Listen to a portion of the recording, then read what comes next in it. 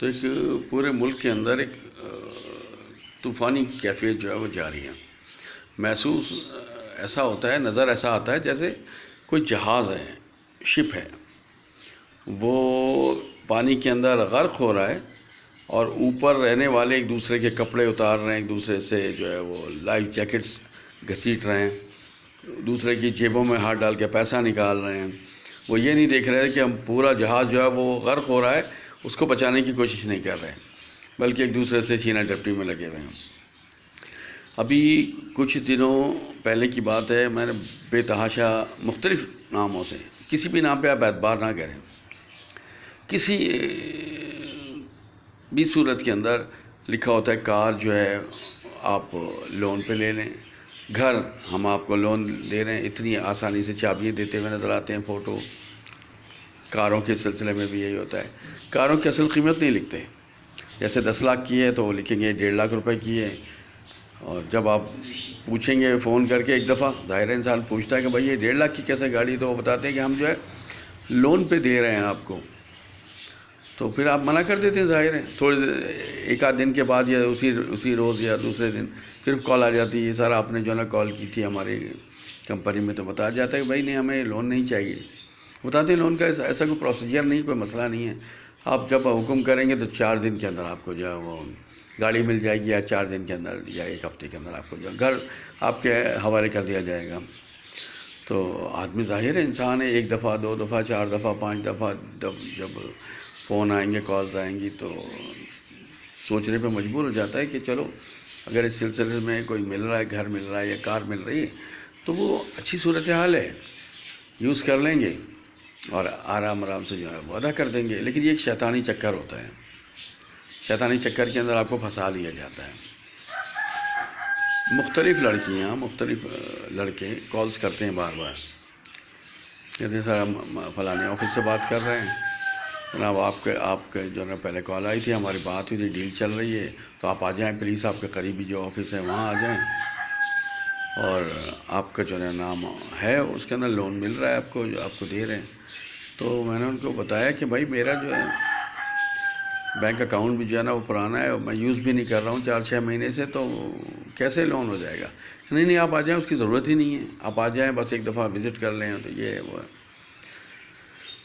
بہرحال ایک ایسی کمپنی کے اندر میں نے ایک دفعہ کال کر دی تھی کار کے لیے، اس کا نام ہے ایپیکس، APEX. یہ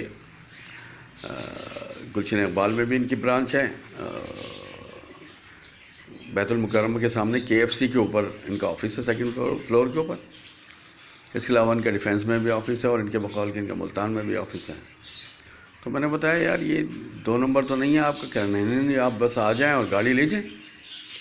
تو آپ پھر دوبارہ کال آئی، 3 دفعہ جب کال آئی، تو جب میں وہاں پہنچا تو کہنے لگے کہ آپس میں کہنے لگے نہیں یہ تو میرے کلائنٹ ہے، یہ تو میرے کلائنٹ ہیں.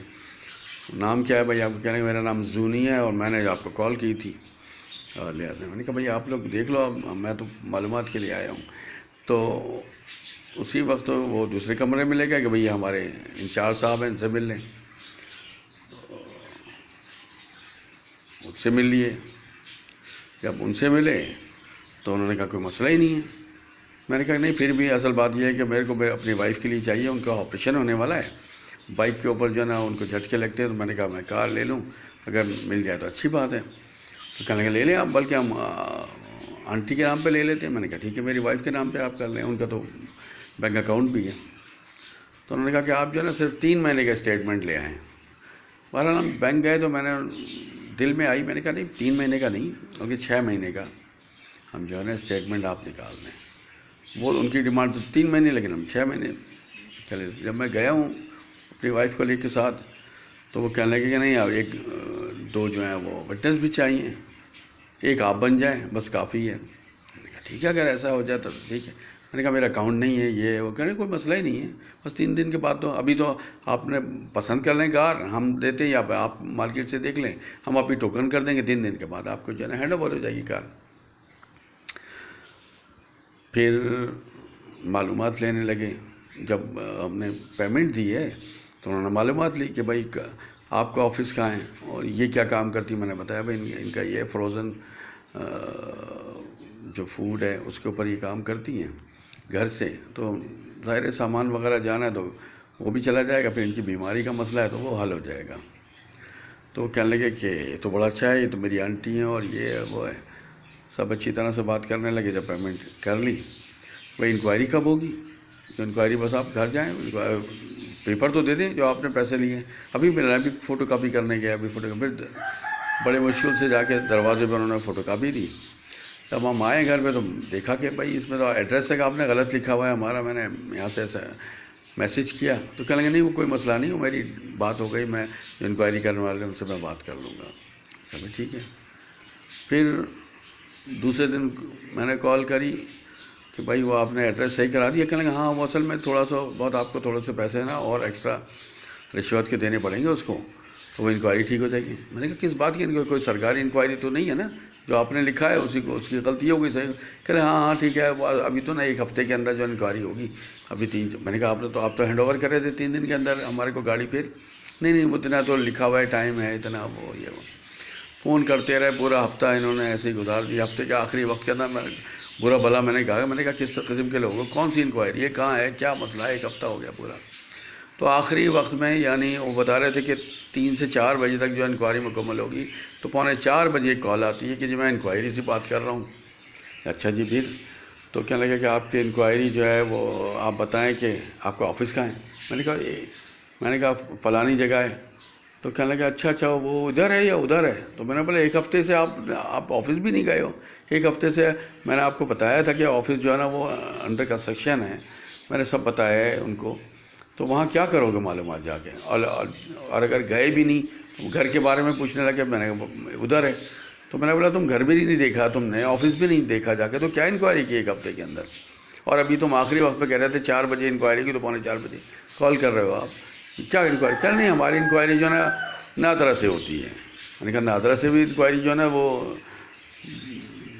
10-15 منٹ میں ہو جاتی ہے آن لائن۔ کہہ نہیں ہم ایسی انکوائری نہیں کراتے، ہم ایسی انکوائری کراتے ہیں کہ پیچھے سے کیا ریکارڈ ہے اور یہ ہے وہ ہے، وہ بس آنے والا ہے ریکارڈ ہمارا، وہ معلومات۔ اچھا بھائی ٹھیک ہے۔ اس کے 5 منٹ کے بعد آ گیا لکھا ہوا کہ آپ کی انکوائری جو غلط ہوئی ہے، اور جو ہے نا آپ کا جو ہے نا میڈم کا بھی جو ہے نا 3 مہینے کے بجائے 6 مہینے کا اسٹیٹمنٹ چاہیے۔ میں نے ان کو کال کری، میں نے کہا بھائی 3 مہینے کا تو میں نے دیا ہی نہیں ہے، تم نے بولا تھا 3 مہینے کا، میں نے تو 6 مہینے کا اسٹیٹمنٹ دیا۔ اس کا مطلب ہے کہ آپ نے دیکھا تک نہیں ہے کہ اسٹیٹمنٹ بینک اسٹیٹمنٹ 3 مہینے کا یا 6 مہینے کا ہے، تو آپ نے کیا انکوائری کر رہے ہو، کیا بات ہے؟ صرف اس کا مطلب ہے آپ ڈرامے بازی کے لیے بیٹھے ہوئے ہو۔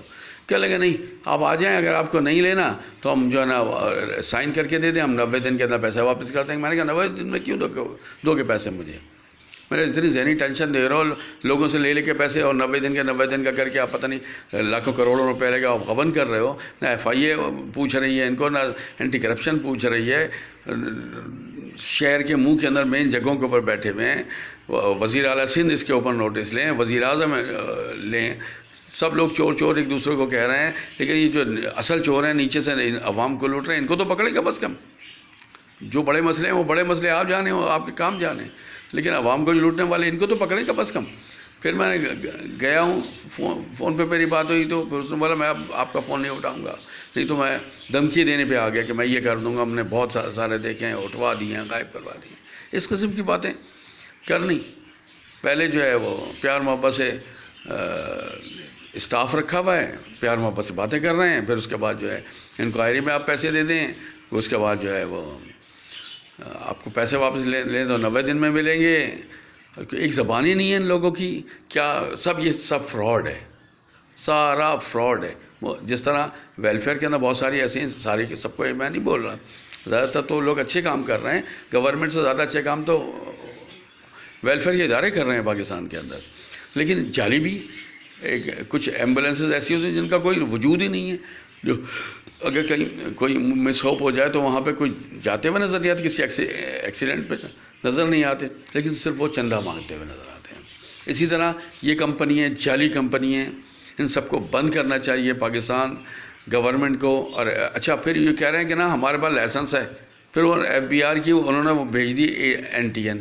میں نے کہا یہ لائسنس تو نہیں ہے، تو NTN ہے خالی۔ ہاں لائسنس ہمارے پاس دوسرا رکھا ہوا ہے، جب آپ آئیں گے تو دکھا دیں گے۔ پھر جب انہوں نے کہا ابھی دکھاتے ہیں وہ بھی نہیں دکھایا۔ کہ جی وہ ہیڈ آفس میں لگا ہوا ہے، آپ جا کے دیکھ لیجئے گا، یہ کر لیجئے گا. یہ سارے 2 نمبر کام لوگ چل رہے ہیں پاکستان کے اندر. اب اگر بڑی ٹرین جب بڑی مچھلیاں کھا رہی ہوتی ہیں نا، تو منہ سے نکلتا ہوا چھوٹے مچھلیاں الگ کھا رہی ہوتی ہیں، ان کو کوئی پوچھنے والا نہیں ہوتا. تو عوام کو جو اصل تکلیف دینے والی ڈائریکٹ یہ لوگ ہیں. مہنگائی ہوتی ہے سب کے لیے ہوتی ہے، لیکن جو انڈیویجولی لوگ جو مارے جا رہے ہیں، جن کو زندگی لٹ رہی ہے، خدا را اس پہ آپ توجہ دیں. رینجرز کے حکام کو بھی میں کہوں گا، میں چیف آف آرمی اسٹاف سے بھی ریکویسٹ کرتا ہوں، پرائم منسٹر صاحب سے بھی کہتا ہوں، اور وزیر اعلیٰ سندھ کے سے بھی میں ریکویسٹ کرتا ہوں، مراد علی شاہ صاحب سے، کہ پلیز اس طرف توجہ دیں. یہ جو 2 نمبر آفس کھول کے لوگوں کو بیوقوف بنا رہے ہیں، ان کو جو ہے سدباب کریں، ان کو جو ہے نا مانیٹرنگ کی جائے. کتنوں کو انہوں نے گاڑیاں اور گھر دیے ہیں، کتنوں کو نہیں دیے، کون سے پینڈنگ پڑے، کتنا پیسہ انہوں نے رولنگ میں رکھا ہوا ہے، لوگوں کو پریشان کر رہے ہیں. مع السلام. اللہ تعالیٰ پاکستان کی حفاظت کرے اور عوام کی بھی حفاظت کرے. اللہ حافظ.